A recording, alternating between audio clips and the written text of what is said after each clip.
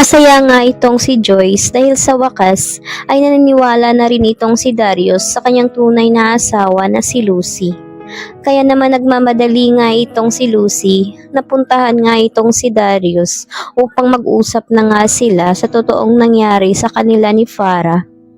Sa kabilang banda naman, natutuwa naman itong si Mamita dahil alam niyang naniniwala na ang kanyang apo na si Darius na si Lucy ay talaga namang nag-ibang anyo.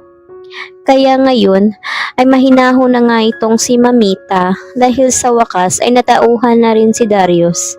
Kaya tutulungan nga ni Mamita ang kanyang sarili na mapunta na siya sa maayos na katawan upang sa gayon ay mapalayas na nga nila itong si Farah. Samantala, ito namang si Darius ay sinabi nga niya dito nga kay Lucy na huwag umanong magsabi ng kahit na ano dito kay Farah dahil anya, nais umano niyang bukingin ito ngang si Farah.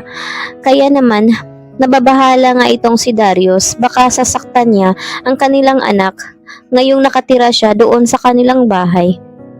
Kaya ang ginagawa nga ni Darius ngayon ay huwag umanong basta-basta na lang magdesisyon na paalisin nga itong si Farah dahil nais niyang unti-unti niya itong sasabihan ng totoo. Kaya ngayon ay ayaw na ngang tumabi nga ni Darius dito sa kama kasama nga itong si Farah.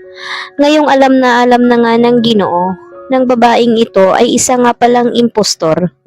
Kaya ngayon ay mahahalata na nga siya ng lubusan ni Farah.